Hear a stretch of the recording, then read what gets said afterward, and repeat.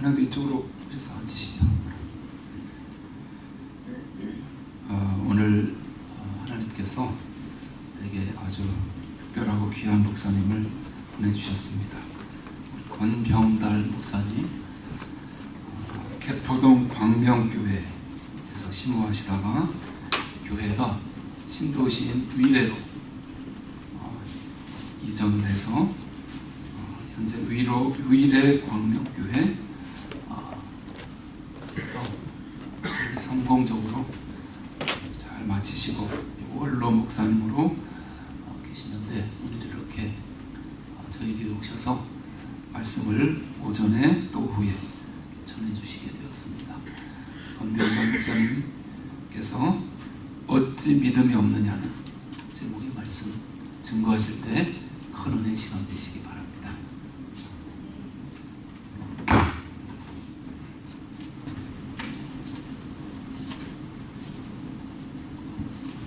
먼저 제가 이 자리에 서게 된 것을 잠깐 설명을 드리는 게 좋을 것 같으네요. 저는 이번 집을 떠나는 것은 아들을 보러 가려고, 손자를 보러 가려고.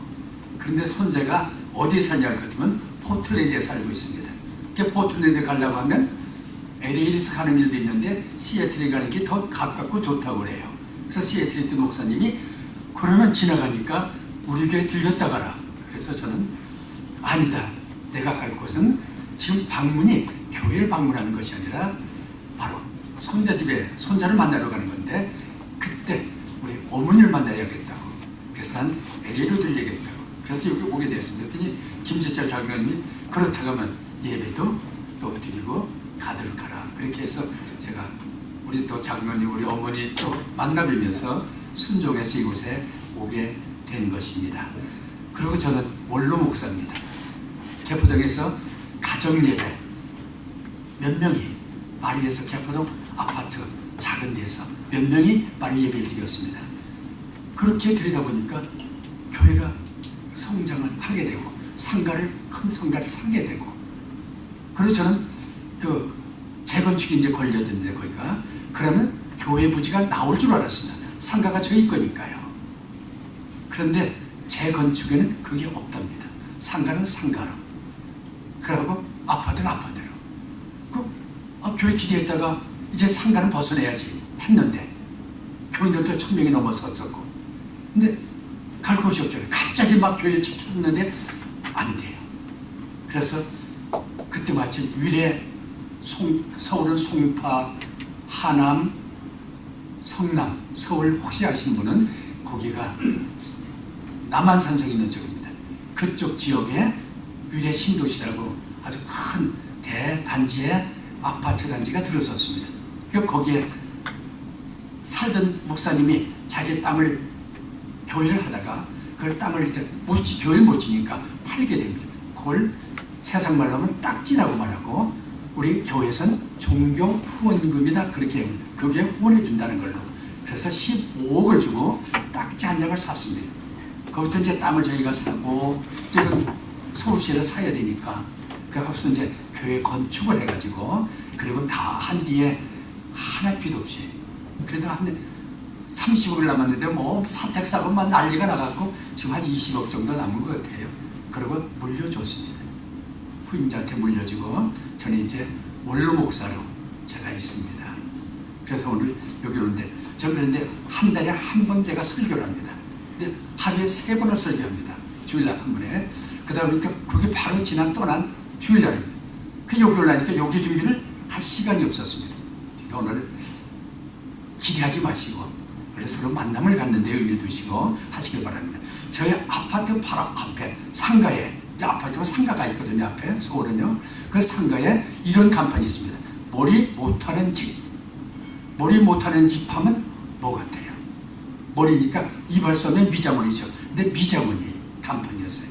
저희가 거기서 그 아파트 한 거의 15년 정도 제 첫 기억나는지 모르겠어요. 한 15년 넘은 것 같은데 거기 살았는데 그 간판이 그대로 지금도 있습니다. 우리 떠나올 때도 있었어요. 머리 못하는 집은 망해야 될 텐데 안 망했어요. 바로 하나님이 저한테 설교 못하는 목사인데 끝까지 어떻게 설교하다 보니까 원로 목사가 돼서 하나님의 일을 일단 손 놓고 떠나도록 그렇게 해주셨습니다. 저는 정말 설교 못하는 목사입니다. 그렇게 하시고 오늘 이 말씀을 받으시길 바랍니다. 오늘 우리가 읽을 말씀은 마가복음을 읽었습니다. 그 복음이 뭘까? 그런데 마태복음도 있죠. 누가복음도 있죠. 요한복음도 있지 않습니까? 근데 복음은 하나인데 내 저자가 있습니다. 복음이 뭘까? 복음은 예수님이 우리의 죄를 대신 지시고 십자가에 죽으셨다가 3일 만에 부활했다. 예수님 십자가 부활이 복음입니다. 그럼 복음이 뭡니까? 예수 그리스도가 복음이에요. 그럼 한 권이면 되지. 뭐 그 똑같은 걸 갖다 예수 이야기를 4권이나 쓰는가? 우리 생각할 수 있잖아요. 근데 그 내 저자를 통해서 각각 강조하는 점이 있습니다. 그럼 우리가 읽은 마가복음, 이건 뭘 강조할까요? 마가복음은 그 마가복음의 대상이, 복음의 대상이 로마입니다. 로마 교인들. 그럼 그 당시 로마 교인들이 어떤 사람들입니까? 코바데스 영화를 보시면서 네로 황제 핍박 기억하실 거예요. 가장 핍박이 심한 곳이 바로 로마. 거기서 핍박이 심하니까 이제 떠나면서 복음이 전파되어 나가는 거죠. 가장 핍박이 심한 그 로마에서 신앙생활하는 성도들에게 주는 복음이니까 당연히 마가복음은요, 예수님의 십자가 지은 그 고난을 생각하면서 인내하라. 아무리 힘든 일이 있어도. 그리고 주님의 이적을 얘기하면서 이제 믿음으로 이 분을 믿고 너는 결코 망하지 않는다. 아무리 환난이 심해도 나가라고. 그걸 강조하는 것이 마가복음. 또 오늘 본문의 내용이 뭘까요? 갈릴리 바다에서 풍랑을 만났어요. 근데 풍랑을 주님이 찬장케 하셨어요. 그 이적 기사예요. 오늘 본문 말씀. 예수님, 자, 우리 가버나움에서 복음을 전하다가 이제 배를 타고 저편으로 건너가자고 얘기했습니다. 저편은 바로 어디냐면 요단 갈릴리 바다 건너편입니다. 그럼 갈릴리 바다 건너편은 데가볼리 거라사라고 하는 지방입니다. 데가볼리 지역에 거라사라는 지방으로 가려고 하셨습니다. 그 저편을 건너가자. 주님 말씀하셨어요. 배를 타고 건너가는데 풍랑이 일어났어요. 그 죽게 됐어요. 그런데 예수님이 풍랑을 찬양케 하셔서 저들은 살았어요. 바로 예수님이 풍랑까지 잔잔하고 바람도 바다도 찬양케 하시는 바로 신적 권위를 나타낸 것입니다. 5장 43절까지 이제 오늘 본 이적으로부터 네 가지 이적이 계속 나옵니다. 이 네 가지 이적에 공통점이 하나 있습니다. 그 공통이 바로 믿음이라는 것입니다. 믿으라는 것. 믿음만 있으면 풍랑도 이기는 것처럼 여러분들의 이 로마의 핍박은 믿음만 있으면 이기고 통과할 수 있다는 것을 보여주는 그런 믿음과 인내를 통해서 이 환란을 이겨나가라고 하는, 극복하라고 하는 격려의 이적들을 기록한 것이 5장 43절까지 네 가지 이적이 연속으로 나오게 됩니다. 그렇다고 하면 이게 오늘 본문의 내용이에요. 다 끝났어요. 설교. 그럼 이걸 통해서 우리가 어떤 교훈을 받을 것인가? 성경 한 절 한 절을 여러분들 눈으로 슬쩍슬쩍 시험 볼 때 컨닝 해보신 적 있어요? 저는 그거 잘했어요. 컨닝을 못했죠. 근데 목사가 됐어요. 슬쩍 보는 거지 뭐. 슬쩍슬쩍 보세요. 그래서 보는데 제 첫 질문을 전 5가지 질문을 던질 텐데 첫 질문을 던져봅니다. 언제 예수님이 제자들 보고 이 갈릴리 바다를 건너가자고 했는가 하는 겁니다. 언제 건너가자고 했습니까? 35절 보니까 저물 때 건너가자고 했다 했습니다. 저물 때. 그럼 그 안에 뭘 하셨는데 저물 때까지. 배에서 예수님이 갈릴리 바다 배에서 씨 뿌리는 자의 비유, 씨 뿌리는 비유 있죠. 그걸 시작해서 네 가지 비유를 계속 전했습니다. 그러니까 오늘도 말씀 전하고 받는 게 취해갖고 이렇게 저물 때가 되는지 모를 만큼 그렇게 말씀을 전했습니다. 그 저물 때에 대해서 너무 피곤해요. 우리 갈릴리 바다 저편에 건너가서 좀 쉬면서 제자들에게 교육도 시키고 좀 그러자는 것입니다. 그럼 우리 저편으로 건너가자. 그럼 저편이 어딜까요? 갈릴리 바다 저편은 바로 이방 땅입니다. 그 이방 땅 데가볼리라는 지역, 그 지역 이방 땅으로 건너갑니다. 이 예수님 공생애 동안에 공생하면 예수님이 3년간 공생했죠. 하나님 말씀 선포한 거. 그 동안에 이방에 몇 번 가셨을까? 이방에게도 가서 이적을 행하시고 말씀 전했는데 몇 번이나? 7장 31절 보면 두로와 시돈이라는 지역이 나옵니다. 예수님은 2번. 오늘 본문의 말씀하고 두로와 시돈 해서 2번 가셨습니다.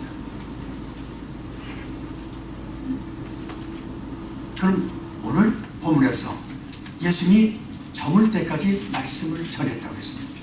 그 말씀 전에 예수님이 그 예수님의 일이죠. 그렇다면 우리에게도 오늘 우리 찬양대 주님이 함께 하십니까? 우리 주님 바라보고 주의 일을 하며 힘써 주님의 일을 하면서 살자고 찬양을 했습니다. 우리 심령에 그 말씀이, 그 찬양이 와닿았습니다.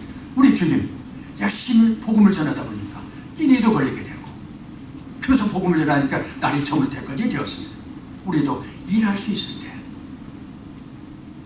우리에게 기회가 주어졌을 때, 주님이 우리를 쓰시겠다고 하실 때 주님 앞에 쓰임 받으시기 바랍니다. 열심히 일하시길 바랍니다. 여러분의 일, 그건 축복입니다. 전도서 읽어보세요. 잠언서 읽어보세요. 여러분의 일이 있다는 건 아주 축복입니다. 그러면 오늘 피곤하니까 내일 가지. 내일은 여러분에게 약속한 날은 아닙니다. 내일은 올 수도 있고 안 올 수도 있어요. 오늘 밤에 저에게 무슨 일이 있을지 아무도 모릅니다. 한번 읽어볼까요? 전도서 9장 10절인가요? 한번 읽어보세요. 전도서 9장 10절.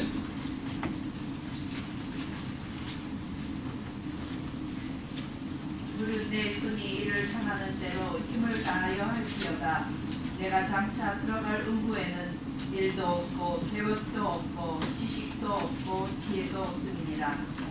예, 이제 우리가 일 당하는 대로 열심히 사십시오. 일하는 건 결코 부끄러운 일 아닙니다. 일에 좋고 나쁜 것도 없습니다. 귀하고 천한 것도 세상이 얘기하는 것이 주님은 내게 일을 줬으면 그 일할 때 죽게 하듯 하면 됩니다. 전 가정주부인데 얼마나 가정주부 일이 많습니까? 저는 못 돼서요. 도와주는 거 청소와 일주일에 한 번 하는 것밖에 없어요. 그리고 제 밥 먹은 거 그릇 하나 부엌에 갖다 놓는 거 잘 못 도와줘요. 제처 정말 일 열심히 해요. 가정주부들 일이 참 많습니다. 그 일할 때 힘이 안 든 것은 사랑하기 때문에, 가족을 사랑하기 때문에. 남의 집 일할 때는 힘들어요. 사랑이 아니기 때문에. 이제 모든 일할 때 우리가 주님을 사랑해서 죽게 하듯이 열심히 하십시오. 일할 때. 그래서 죽게 하듯. 에베소 5장 16절 보면 뭐라고 했습니까? 에베소 5장 16절 보면 세월을 아끼라 라고 했습니다. 아낀다는 말은 구원한다는 거예요. 구원이 뭡니까? 장마가 나면 돼지가 겨울물에 떠내려갈 때 있지 않습니까? 그 돼지를 그 물에서 건져내는 게 이게 구원입니다. 죄의 물결 우리가 떠내려갈 때 우리를 건져낸 것이 구원하신 거예요. 우리 시간들 흘러가는 시간이 있잖아요. 그냥 뭐 이러면서 그냥 낭비하는 시간들 그거 다 건져내세요. 아끼세요. 그리고 주님을 위해서 써보세요. 여러분 일을 위해서 써보세요. 주님 기뻐하십니다. 두 번째 질문 던져보죠. 종을 띄웠습니다. 여러분들 36절 보시면서 배 안에 누가 계셨을까 하는 겁니다. 배 안에 누가 계셨습니까? 답 다 알아요. 어려울 거 하나도 없잖아요. 주님이 그 배를 타고 함께 가는데 그 배에 타신 그대로 36절 보니까 배에 계신 그대로 모시고 갔다 그랬습니다. 배 안에 주님을 모시고 갔다 그랬습니다. 그리고 다른 배들도 함께 갔다. 그럼 이 말씀 놓고 우리가 이제 예배 드릴 때 이제 이런 말씀을 하면서 묵상합니다. 그래, 다른 배들도 갔는데 주님이 그 배에 탄 배가 있는데 겉에서 보니까 다를까? 안 달라요.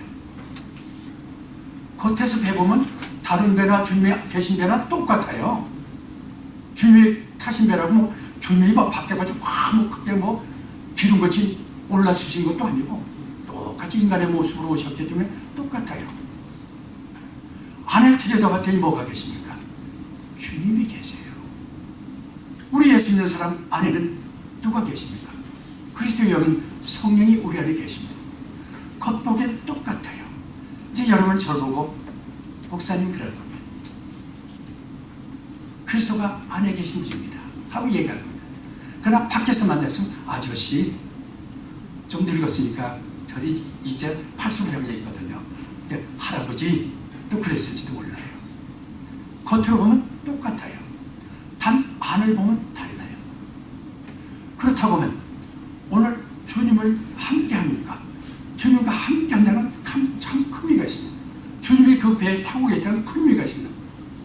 우리가 주님과 함께하는 삶을 산다고 하면 여러분은 또 저는 그리스도의 편지가 되어야 될 것입니다. 그리스도의 향기가 나타나야 될 것입니다. 또 우리의 삶 속에 주님과 함께하면 달라져요. 모세 이야기 너무 잘하잖아요. 저는 어려운 거 몰라요. 뭐 많은 지식도 없어요. 목회 하나님이 시켜서 하다 보니까 지나간 거지. 어렵게 생각하지 마세요. 말씀. 어려우면 주님은 어려운 사람들, 뭐 지식이 높은 사람만 불러다가 말씀 전하지 않았어요. 그냥 편한 마음으로 하면 그냥 생각해 보세요. 모세가 오늘은 장이 양치고 있지 않습니까? 내가 서쪽에 가서 양을 치야지. 서쪽 방을 갔는데 그 서쪽이 바로 호렙산이라고 하는 신의 산입니다. 가다 보니까 떨개나무에 불이 화를 타올라요. 사막에 그 떨개나무 거기에. 그러면 불을 타버리고 말아야 되잖아요. 바짝 말린 나무들. 그런데 불꽃은 막 타오르는데 나무는 안 타요. 참 신기한 불이네 하고 구경하러 갔어요. 그랬더니 하나님의 음식이 들는데 야, 네가 선 땅은 거룩한 땅이야. 네 발에서 신을 벗어. 예. 근데 하나님, 야, 너 이제 네 백성 애굽에서 건져내야 되지 않아? 제가 누군데요? 저 그거 하려다 살인 하나 하고 살인자에서 쫓겨온 사람이에요. 저 못 가요. 나이가 이제는 그때 40이지만 지금 80이 넘었어요. 못해요. 저는. 하지 않았습니다. 그런데 네 손에 짚고 있는 게 뭐니? 이거 지팡이 양쪽에 짚고 다니는 지팡이에요. 그래? 이제부터 내 말대로 한번 해봐라. 그랬더니 하나님과 그 지팡이 연합됐어요. 야, 던져봐. 던졌더니 이게 뱀이 돼요. 아이고, 도망가. 꼬리 잡았더니 다시 지팡이가 됐어요. 그거 갖고 나일강을 치니까 피가 됐어요. 그걸 갖고 홍해를 가리켰더니 홍해가 갈라졌어요. 추리가 밀어졌어요. 오다 물이 몽롱할 때 반사가 쳤더니 반석에 물이 쏟아졌어요. 이 지팡이 양칠 때 막대기였어요. 아무 볼품 없는 것이죠.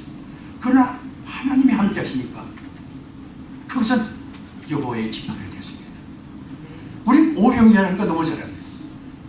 요한복음에 있는 어린아이가 가지고 온 보리떡 5개, 물고기 2마리. 거기 왜 보리떡이라고 했을까? 일반 주민들이 먹는 것은 밀가루 떡이에요. 웬만큼 사람들 다 밀가루 빵을 먹지 보리빵 안 먹어요. 거꾸로 있잖아요, 보리빵. 근데 이 보리빵이라고 하고 또 물고기도 그렇습니다. 다른 복음서도 다 있는데 그건 익두수라고 하는 거. 그다음에 차에다 이렇게 물고기 그림 있죠? 여기 익두수란 단어예요. 익두수라고 해요. 물고기란 뜻이에요. 그런데 요한복음은 특별히 그걸 읍사련이라고 했습니다. 읍사련은 뭐라 할 것 같으면요, 갈릴리 바다에서 고기를 잡잖아요. 어부들이니까 그걸 팔잖아요. 그 상품 가치 있는 건 다 팔고 찌끄러기 남은 거 잔치니 있잖아요. 그 상품 가치 없는 거. 이것도 소금에 절여갖고 가라는 집에 버릴 수 없으니까 싼 값으로 팝니다. 이 애가 가지고 온 바로 그거다. 읍사련이다. 그러니까 가족이 먹을 수도 없는 정말 이 거꾸로 보리빵하고, 그리고 그 생선도 잔챙이, 가난한 집. 이 안에 가난한 집 아이고 가져온 음식은 가난한 집 음식이었습니다. 바로 저예요. 보리떡 물고기는. 그거를 갖다가 주님이 달라는 겁니다. 주님 손에 그걸 놔드렸더니 달라졌어요. 장작만 해도 5,000명이 먹고도 얼마 남았습니까? 12마리가 남지 않았어요. 하나의 어린아이가 먹기에도 넉넉지 않은 음식이. 이게 주님과 함께하는 것입니다. 주님 손에 들려진 삶입니다. 뭐 이런 게 성경에서 너무 많이 있잖아요. 최초의 이적이 바로 뭡니까? 가나 불린 잔치. 이제 이 잔치 망했습니다. 왜? 포도주가 떨어졌습니다. 포도주는 잔치의 주 음식아니에요? 물 떠보라. 물을 그냥 물이에요. 또 와서 주님 앞에 말씀에 순종해 드렸더니 주님과 연합되니까 이제 그 물은 주님의 물이에요. 그걸 갖다 주방에 갖다 주니 이게 포도주인데 맛이 전에 마신 포도주보다도 맛이 더 좋았다고 그랬죠? 아니 세상은 술 취하면 그냥 나쁜 술 주는데 처음에 좋은 술을 했다가 어떻게 이 집은 더 좋은 술을 주느냐고. 그럼 이 어린아이가 가진 보리빵도 더 좋은 빵이 됐을 거예요. 넉넉히 마음껏 먹는 거 보니까 맛있었을 거예요. 그러니까 우리 인생이 비록 내가 보잘것없어 이제 주님이 함께 한다는 건 너무나 큰 의미를 우리에게 주고 있습니다. 주님 나와 함께 하세요. 내 아픔도 주님이 도와주시면 주님의 피 묻은 손이 나와 함께 한다고 하면 난 일어날 수 있어요. 주님만 믿고 즉 주님이 부르면 저 갈 거예요. 그런 마음으로 주님과 함께 하시길 바랍니다. 그런데 이 말씀 통해서 또 한 번 생각해보세요. 주님과 함께 했으면 풍랑만 나지 말아야 되잖아요. 예수 잘 믿으면 어려움이 없어야 되잖아요. 그런데 풍랑만 나잖아요. 예수 모시고 가고 예수 잘 믿는다고 해도 환난, 풍파가 내 삶 속에 함께 할 수 있다는 것을 우리는 본문을 통해서 볼 수 있고 이제 우리는 그것을 기억해야 될 것입니다. 나 예수 믿고 어떻게 기도도 하고 어떻게 말씀대로 살려고 하고 그런데 왜 이런 어려움이 와? 왜 이런 환난이 와? 하고 얘기할 수 있어요. 주님과 함께하는 사람에게도 그건 당연히 올 수 있다는 것을 우리는 알 수가 있습니다.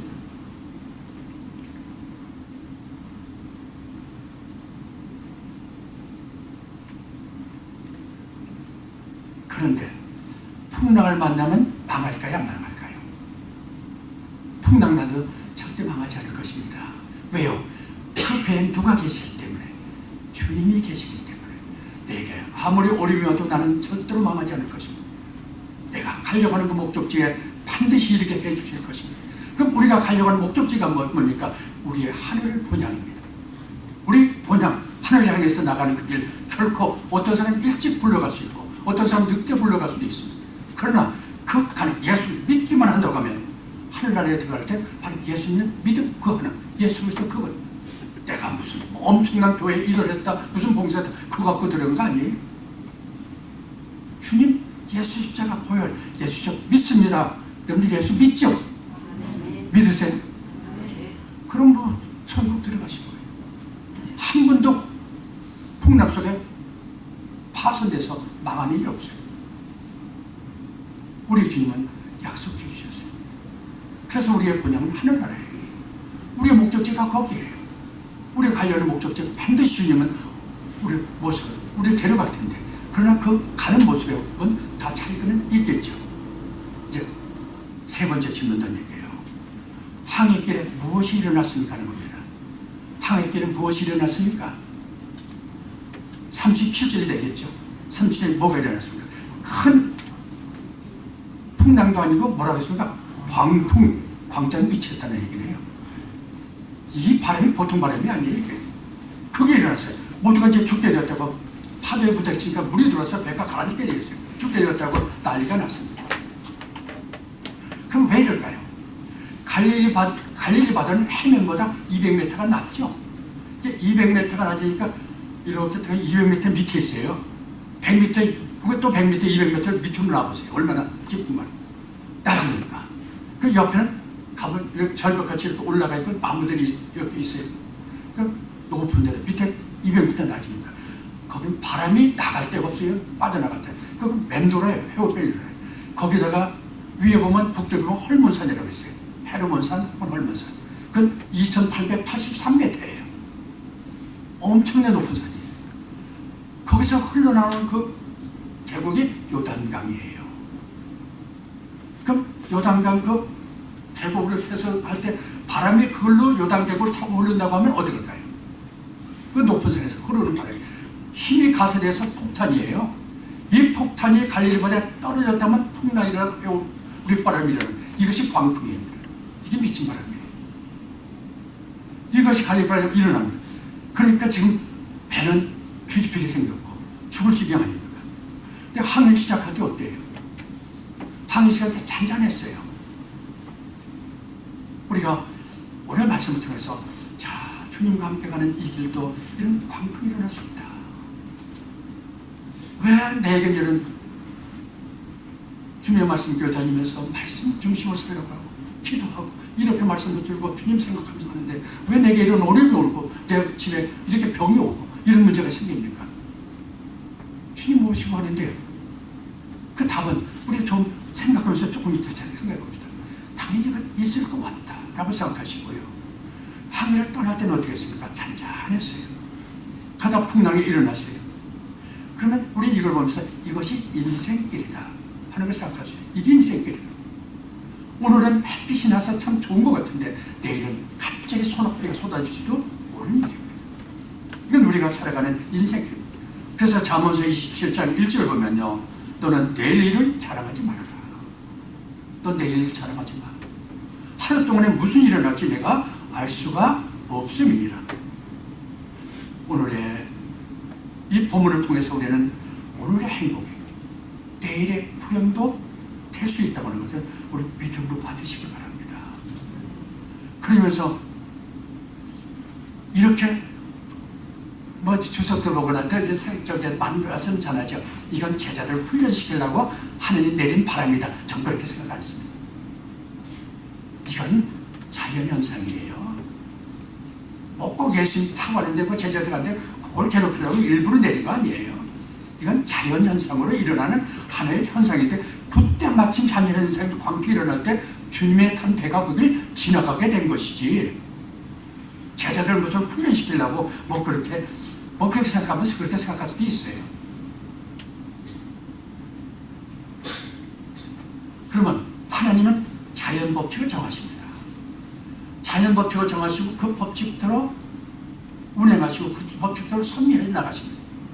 당시에 정한 법칙을 갖다가 어기기를 바꾸시길 원하지 않습니다. 근데 우리는 이 자연 법칙을 바꿔달라고 요구합니다.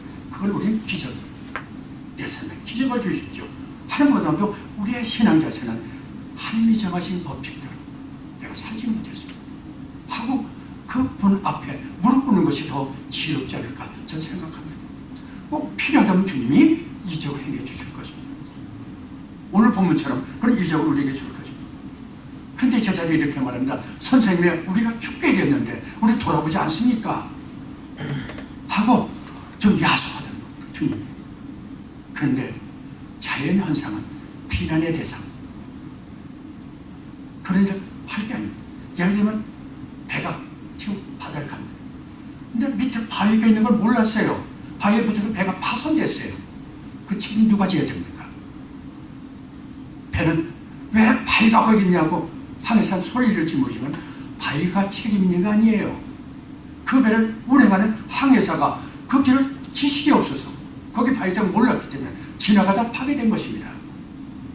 항해사의 책임이지. 그렇다고 하면 우리의 병이 났습니다. 병이 내게 병 날 때 병이 나에게 책임져야 됩니까? 아니에요. 그 병에 대해서 내가 대처하지 못한 거, 저항력을 길리지 못, 병을 이길 수 있는 저항력을 길리지 못한 내가 책임 있는 것입니다. 그 병에게 우리의 책임을 돌릴 수는 없는. 그럼 그때 우리의 할 일이 뭘까 하는 겁니다. 이런 풍랑 났을 때 우리가 할 일이 있을 거 아닙니까? 광풍을 만나는데 이건 하나님 운행하시는 자연법칙이에요. 죄송합니다. 풍랑이 내려오니까 바다에 광풍이 일어났습니다. 배가 지금 그 전복되게 되어 있습니다. 그럴 때 우리 할 일이 뭘까요? 하나님 향해서 당신의 자연법칙을 운행하는데 내게 그때 내 가정에 그 혼란이 왔습니다. 그때 우리가 주님을 향해서 무릎 꿇으라는 겁니다. 오늘 찬양하기 전 주님을 바라보는 것입니다. 주여, 믿음 없음을 용서해 주시옵소서. 불쌍히 여겨주시고 선하신 뜻대로 행하시옵소서. 이것을 연단의 기회로 삼으시고 원망의 기회로 삼지 마시길 바랍니다. 대개 좀 어려우면 신앙생활하다가 원망하고 그 신앙을 버리고 떠나는 건데 그거 아니에요. 그 신앙의 모습이 아니에요. 우리 연단의 기회를 삼으시고요, 자신의 믿음 없음을 주님 앞에 구하고 주님의 뜻을 찾으면서 선하신 뜻대로 주여 행하시옵소서. 고린도전서 10장 13절 보면 그런 신앙으로 나오면 고린도전서 10장 13절 우리에게 이런 말씀 주십니다. 사람이 감당할 시험 밖에는 너희에게 당하는 것이 없나니 오직 하나님 믿으사 너희가 감당치 못할 시험을 허락지 아니하시고 시험 당할 때는 반드시 피할 길을 너희에게 주시느니라. 그러고 기도하면서 보면요, 피할 길을 주세요. 아, 저길 가라는 거구나. 이건 아니야, 저길 가 하고 나에게 피할 길 주셨다고요. 자, 광풍 만났습니다.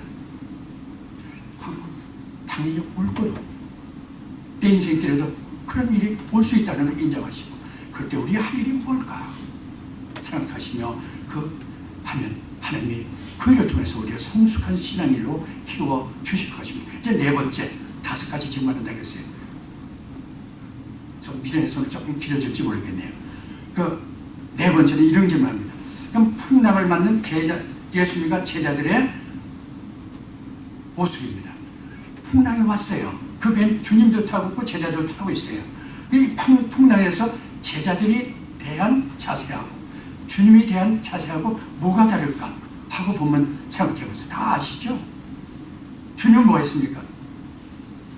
배 뒤편에서 베개를 비시고 편안하게 주무시고 계셨습니다. 근데 제자들은요, 뭐 했습니까? 죽었다고 난리가 났어요. 이제 물이 들으니까 이 굴이 죽었구나 하고 난리치고 있었습니다. 뭐가 차일까요? 예수는 더 피곤했고 제자는 더 피곤했을까요? 복음 전할 때 제자들은 잠자고 있었나요? 아니에요. 같이 동행하면서 말씀 받으며 가르침 번이고 받는 거였어요. 다 제자들 피곤했어요. 근데 피곤한데 예수님은 주무시는데 왜 제자들은 못 잡니까?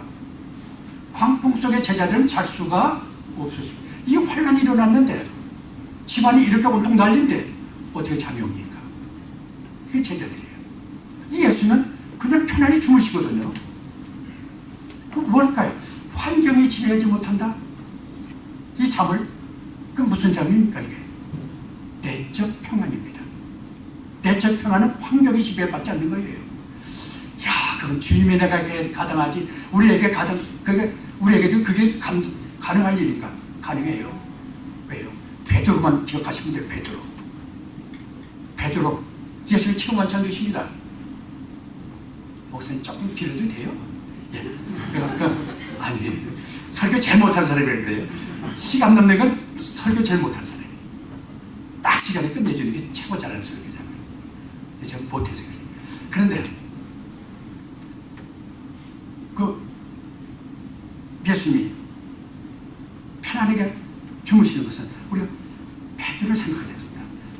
예수님이 새우 만찬 드시면서 말하죠. 너희가 다 나를 버리고 떠날 거다. 그래서 베드로 뭐 했습니까? 예, 다른 친구들은 다 그럴 수 있습니다. 근데 저는 아니에요. 저요, 죽는 자리까지 저 따라가서 죽습니다. 주님 곁에 절대 떠나지 않습니다. 너 그런 말 하지 마. 닭이 2번 울기 전에, 한 곳에 그냥 닭 울기 전이고 2번 울기 전에 나를 몇 번 부인해요? 3번 부인하리라. 진짜 부인했어요, 안 했어요? 하고 주님하고 눈이 마주자 뛰쳐나서 통곡하지 않았습니까? 이 베드로예요. 그런데 여러분이 사도행전 12장 6절에서 9절 시간 관계 읽진 않겠습니다. 사도행전 12장 6절에서 9절 보면요, 베드로의 다른 모습이 나타납니다. 오순절 성령 충만 받고 이제 복음 전하고 뭐 3,000명 막 5,000명씩 모여듭니다. 그 안일을 감당해야 됩니다. 그때 왕이 헤롯이라는 왕입니다. 헤롯 왕이 야고보를 죽였습니다. 했더니 유대인들이 박수를 칩니다. 야, 우리 왕 친구 잘했어. 기독교 미워할 테니까요. 이거 괜찮네. 정치이니까 아무 감정 없어요. 야고보하고 베드로는 감동 없어요. 그래, 그렇다면 더 박수 받으려면 예수의 수제자 누굽니까? 베드로. 요거 죽이면 되는구나. 딱 체포해서 죽이려고 보니까 그때가 유대인의 명절 6월절이에요. 요 절기만 끝나봐라. 이제 명절이 끝나요. 내일이면 죽어요, 베드로. 근데 베드로 뭐 하고 있습니까? 그런데 세상 다 함께 감옥인데 훌훌 잠자고 있어요. 얼마나 아까 얘기한 사도행전 12장 읽어보니 얼마나 깊이 잤는지 천사가 불러도 깨질 않아요. 하다 안 돼갖고 이거 급하긴 한데 옆구리를 걷어찼어요. 근데 부시 일어났어요. 그러니까 손에 있는 무거도 세상 다 풀려졌어요. 그러면서 따라오라고 해서 따라 나갔어요. 이제 감옥 밖으로 나가면서 베드로 뭐라고 했습니까? 이게 꿈이야 생시야.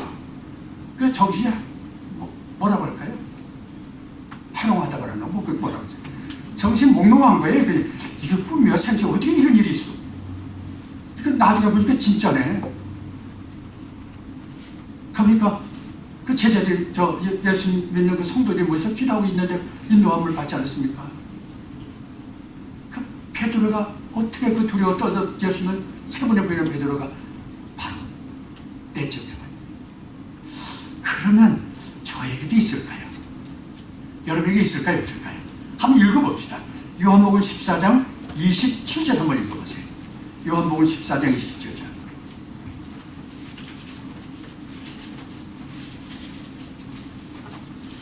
우리 요한복음 14장 27절 우리 한 목소리 같이 읽어볼까요? 평화를 너희에게 끼치노니 곧 나의 평화를 너희에게 주노라. 내가 너희에게 주는 것은 세상에 주는 것과 같지 아니하여 너희는 마음에 근심하지도 말고 두려워하지도 말라. 주님이 주셨대요. 우리에게 주셨답니다. 그럼 우리가 안 써먹었다는 얘기예요. 넷째 평 우리에게 주셨는데 안 써먹었으니까 없잖아요. 그럼 써먹으세요. 이제부터 이 말씀 받았으니까 어떻게 써먹어야 될까요? 믿음이에요. 맡기세요. 믿음이 뭐예요? 하나님을 신뢰하고 오늘 말씀 교회예요. 오늘 받은 말씀 이거 딱 붙들고 믿고 주님 앞에 맡기는 거예요. 주님이 하시겠지. 주님 앞에 다 일렀으니까 기도했잖아요. 다 일르는 거예요. 기도는 이렇게 놓고 다 일렀어요. 저는 믿음으로 맡겼습니다. 이제 주님이 해주세요. 넷째 평안. 이거 써먹으세요. 이렇게 궁자를 공부한다고 그 평안을 가지시길 바랍니다. 이것이 성도의 축복이고 이것이 바로 우리 천국 백성이잖아요. 우리 천국 백성들이 하늘나라의 축복입니다.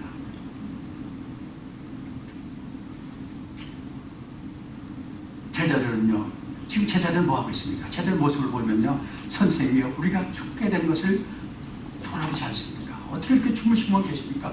하고 안타깝게 불렸습니다. 정말 절박한 상황입니다. 물은 찼지 배는 가라앉게 생겼지 절박해서 지금 저들 부르 죽겠습니다. 그러나 요소를 하나 우리가 볼 수 있습니다. 그 제자들의 격양된 절박한 목소리를 통해서 우리는 이게 기도구나. 기도는 이거구나. 이 사회에 됐는데 이 어부들의 갈릴리마다 어부들 아닙니까? 출신이 대부분이 자기 힘으로 해봐도 될 수가 없어요. 할 수가 없어요. 이거 힘 밖에 이래. 이거 힘 밖에 내가 할 수 없는 거 누구한테 얘기합니까? 나와 함께 하신 주님 앞에 구하는 것도 주여 이렇습니다. 격양은 주여 죽게 됐는데 돌아오지 않습니까? 우리 죽게 버려둘 것입니까? 그 기도입니다. 그리고 주님께 맡기는 것입니다. 예수님 도움을 호소하시길 바랍니다. 아직은 제자들은 예수님의 그 신성 이걸 온전히 믿지 못합니다. 그러나 주님 따라다니면서 이적을 봤습니다. 주님 따라다니면서 말씀을 받았습니다. 우리가 이 본문을 통해서 우리가 곤욕에 처할 때 취할 최선의 방법이 바로 여기에 있습니다. 이사야 50장 15절 말씀 보면 이런 말씀이 있습니다. 이사야 50장 15절 보면 환난 날에 나를 부르라 기도하십시오. 내가 그러면 너를 건져주리라. 그러면 건져주면 야 예수님의 사람 촉이 날라. 저 환난 속에 참 내적 평화를 가지고 하나님께 기도해서 그 건져내는 거 보면서 너를 통해서 내가 영광을 받으리라. 오늘 말씀 주님의 말씀 교회 여러분을 통해서 하나님 영광 받기를 원하십니다. 지금 그걸 기대하고 계십니다. 그래서 주의 사람들 벌써 야 역시 말씀 주님과 함께하는 교회는 이런 거야. 수심 주님의 말씀 따라가는 것은 이런 영광이 있어. 주님 우리에게 구하면 주시겠다고 약속했습니다. 근데 구하지 않고 낙심하고 원망한다고 하면 믿음 없는 자야. 주님 우리에게 말하는 것입니다. 기도는 자신의 처한 환경, 형편을 아뢰고 그리고 믿음으로 주님께 맡기고 말씀을 약속의 말씀 붙들고 맡기고 그리고 도움을 구했으면 이제 주님 바라고 믿고 나가는 것입니다. 그래서 기도와 믿음은 함께합니다. 믿음 없는 자는 기도 못합니다. 그 기도와 믿음은 함께하는 것입니다. 마지막 질문 드립니다. 예수님은 어떻게 해주었습니까? 이렇게 기도했더니 어떻게 해주었습니까? 30절 보니까 바람을 꾸짖으셨어요. 이제 이적이 나타나네요. 이제는 자연현상으로 해결이 안 돼요. 이건 이적이에요. 그러니까 주님이 바람을 꾸짖으시고 바다를 향해서 뭐 했습니까? 잠잠하라 고요하라 명하셨습니다. 39절 그렇게 되겠죠? 그런데 진짜 바람이 그쳐요. 진짜 그 광풍이 다 파도가 사라졌어요. 잔잔해졌어요. 그리고 주님은 제자들 향해서 말합니다. 어째요 이렇게 무서워하느냐? 그 광풍을 그렇게 무서워하느냐 어째요? 너희가 지금 누구와 함께 있느냐? 어찌 너희 그렇게 믿음이 없느냐? 그렇게 책망했어요. 어찌 너희 믿음이 없느냐? 그래서 오늘 제목이 어찌 믿음이 없느냐? 그럼 믿음이 없느냐? 근데 우리가 생각해 보세요. 여러분이 이 입장을 생각해서 우리 황장 말씀 속에 내가 들어가 보는 거거든요. 생각해 보세요. 여러분 풍랑을 만났습니다. 뭐 특별한 거 없어요. 주님 말씀 받으면 신앙생활 하는데 광풍 만났어요. 곧 우리 집이 파괴될 것 같아요. 이게 어려운 일. 그 만났을 때 우리 주님 앞에 원망하면서 어떻게 이럴 수 있습니까? 하고 할 수 있지 않습니까? 그럴 때 주님이 어째 믿음이 없느냐? 그럼 도대체 이 믿음은 무슨 믿음일까 하는 겁니다. 믿음이 없느냐고 책망했는데 도대체 무슨 믿음이 없다는 걸까요? 저는 그 답을 목사하면서 35절에서 찾았습니다. 35절에 보니까 우리 저편으로 뭐 하자고 했습니까? 건너가자고 했죠. 누구의 얘기입니까? 누구 말씀입니까? 주님이 하신 말씀입니다. 주님의 거리가 저편으로 건너가자. 그러면 건너가기 전에 미풍랑 속에 배가 가라앉고 죽게 된다고 하면 주님의 말씀은 능력이 있습니까? 없습니까? 없어요. 주님은 하나님 말씀 아니에요. 그건 세상 말이죠. 세상 말 그럴 수 있어요. 주님의 말씀이에요. 네가 나와 함께하고 이 믿음은 말씀을 믿는 믿음이다. 우리 교회 이름이 뭐더라? 이 교회 이름이 뭐죠? 주님의 말씀 교회예요. 주님의 말씀은 능력이 있어요. 이 능력을 나눌 때 주님은 여러분을 향해서 뭐라고 할까요? 어찌 믿음이 없느냐? 오늘 이 말씀 받았는데 어찌 너희 믿음이 없어? 하고 주님은 우리에게 책망하실 것입니다. 믿으세요. 주님은 분명히 말만 살아계신 게 아니라 진짜 살아계십니다. 염려와 두려움의 밑 원인은 믿음의 부재인 것입니다. 주님은 보면요, 실수나 허물을 제 같은 거 제가 참 그러면 관대해요. 다시 너 죄 짓지 마. 나도 너를 정죄하지 다시 일어나라. 주님 그럽니다. 그런데 믿음 없는 것은 마음이 아파하세요. 또 나를 왜 이렇게 믿지 못하냐. 그러고 그건 책망하시고. 그러니까 우리가 살아가면서 이럴 수 저럴 수 하며 살아요. 근데 그게 중요한 게 아니고 회개하고 돌아오면 돼요. 그리고 주님 앞에 믿음 똑바로 쓰고 나갈 때 믿음 있는 자가 되시면 오히려 주님은 기뻐하는 것입니다. 빌립보서 4장 6절 뭐라고 했습니까? 아무것도 빌립보서 4장 6절입니다. 아무것도 염려하지 말고 다만 모든 일에 뭘 하라고요? 기도와 간구로 너희 구할 것을 감사함으로 하나님께 하리라. 그렇게 하면 모든 지각에 뛰어난 하나님께서 다 어떻게 한다고 했습니까? 하나님의 평강이, 내적 평강이라고 했죠? 하나님의 평강이 그리스도 예수 안에서 너의 마음과 생각을 지키시리라. 염려하지 마세요. 기도와 간구로 구하면 그리스도의 평강이 네 안에 올 것이고 어려울 때 주님이 이적을 행해서라도 너를 구원해 주겠다. 피할 길 너에게 알려주시겠다고. 기도로 구하고 믿음으로 주께 맡기면 된다는 거. 그 믿음 있는 사람 누구나 할 수 있어요. 기도하고 맡기면 되는데 그 믿음 있는 사람 누구나 할 수 있어요. 이거 쉬운 일 하라고 했습니다. 하지 않는다면 그런데도 하지 않는다면 이 말씀 막도 하지 않는다면 주님 뭐라 할까요? 야 어찌 믿음이 없느냐고 주님은 탄식하십니다. 41절 오니까 제자들 이거 보니까 깜짝 놀랐습니다. 마지막 절입니다. 이제 끝나네요. 깜짝 놀랐습니다. 도대체 우리가 모신 예수님이 어떤 분이기에 어떻게 바람을 꾸짖으니까 바람이 잔잔해지고 풍랑을 꾸짖으니까 풍랑이 다 잔잔해지고 고요해지는 거예요. 그래서 이분이 뭐야 도대체 두려움이 왔다 그랬습니다. 그러니까 40절에 제자들이 바다 풍랑을 보고 두려움하고 제자들이 예수님이 하신 걸 보고 두려워한 것 똑같은 두려움이지만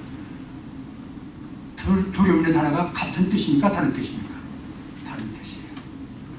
세상 어려움을 본 두려움이고 40절의 것은 이건 그것도 다 말씀하면서 물리치는 주님을 향한 경외심이에요. 우리 주님 이런 분이구나. 저는 경외심을 갖고 오늘 이 말씀 받았습니다. 요한복음 16장 33절이죠. 요한복음 주님의 말씀 우리가 읽고 마치겠습니다. 요한복음 16장 33절.